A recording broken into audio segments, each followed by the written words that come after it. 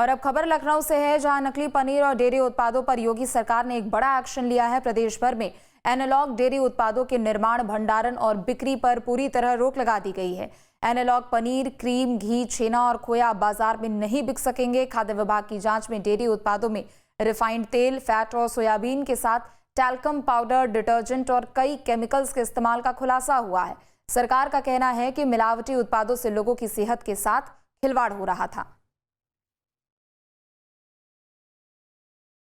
तो बड़ी खबर राजधानी लखनऊ से आपको बता दें, जहां योगी सरकार की ओर से मिलावटी खाद्य पदार्थों को लेकर एक बड़ा एक्शन लिया गया है। निखिल हमारे साथ जुड़ चुके हैं ज्यादा जानकारी अपडेट के लिए।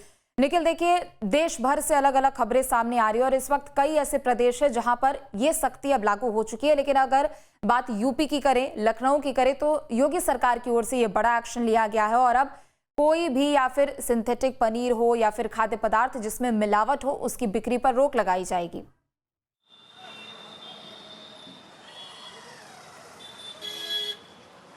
देखिए, इस वक्त मैं लखनऊ की जो ठाकुरगंज दूध मंडी है वहाँ पर मौजूद हूँ और बहुत सारे व्यापारी हैं जो अपना प्रोडक्ट लाए हुए हैं। यहाँ पर जो किसान हैं उन्होंने जो दूध की केन है वो लेकर आए हुए हैं। कई ऐसे लोग हैं जो पनीर भी लाते हैं, खोया भी लाते हैं त्योहारों के समय में। और पिछले कुछ अगर हम बात करें दिनों की, तो उत्तर प्रदेश के तमाम इलाकों में इस तरह की छापेमारी हुई है, जिसमें ये देखा गया है कि जो दूध का प्रोडक्ट है वो या तो डिटर्जेंट से बनाया गया था या फिर रिफाइंड से बनाया गया था। जिसके बाद सरकार ने यह फैसला किया है कि अब खुले में इस तरह के प्रोडक्ट नहीं बन पाएंगे। जो दूध के दूसरे विकल्पों के तौर पर जो डेयरी उत्पाद बनाए जा रहे हैं उन पर अब उत्तर प्रदेश में प्रतिबंध होगा। जब भी कोई त्यौहार आता है तो सरकार का इस तरह का अभियान चलता है। जो डेयरी उत्पाद हैं उनकी दुकानों पर छापेमारी होती है। बहुत सारी जगहों पर इस तरह के मिलावटी खाद्य पदार्थ पकड़े भी जाते हैं, बेचने वालों पर पेनाल्टी भी होती है। लेकिन ये स्थिति सुधर नहीं रही। विगत बहुत सालों से इस तरह की स्थिति देखने को मिल रही है। उसके पीछे सबसे बड़ा कारण ये है कि जितनी दूध की खपत है उतनी शायद उत्पादन ही नहीं है, तो इस तरह के मिलावटी लोगों को जगह मिल जा रही है। तो उसी गैप को ख़त्म करना चाहती है सरकार, इसलिए बहुत सारे डेयरी पालन में प्रोत्साहन भी सरकार दे रही है किसानों को।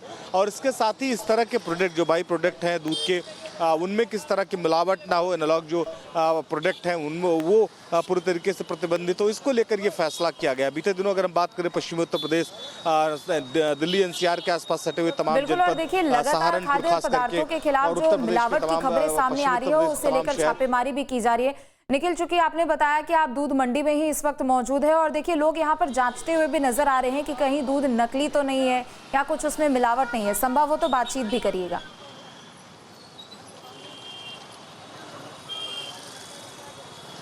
देखिए, बहुत सारे यहाँ पर किसान हैं जो अपने अपने डेयरी फार्म से ये लाते हैं दूध।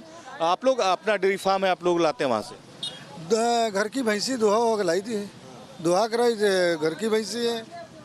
कई जगह देखा जा रहा है कि लोग इस तरह की मिलावट कर रहे हैं, तो क्या इस कैन को देखकर या मिल्क को देखकर पहचाना जा सकता है? हम लोग दनफंद कबो नहीं खरीदे और हुई पहली बार मंडी में होती नहीं दनफंद, नहीं पकड़ लीजिए जैसे रोड बात तुम ले जी हो, खराब बनी पकड़े नहीं जी हो। यहाँ पर कोई दनफंद वाला काम नहीं चलते। हाँ, यहाँ कोई ये सब बेवकूफ़ बनाना है कि यहाँ पर कोई दनफंद नहीं। भाई डेली तुम माल खरीद। लेकिन बहुत सारी ऐसी जगह जहाँ लोग रिफाइंड से, सर्फ से, यूरिया से दुकान पर, गाँव में डेयरी यहाँ है, मतलब प्राइवेट डेयरी लगे उसमें सब मिलावटी करते हैं। यहाँ दूधा थोड़ा मिलावट करता है।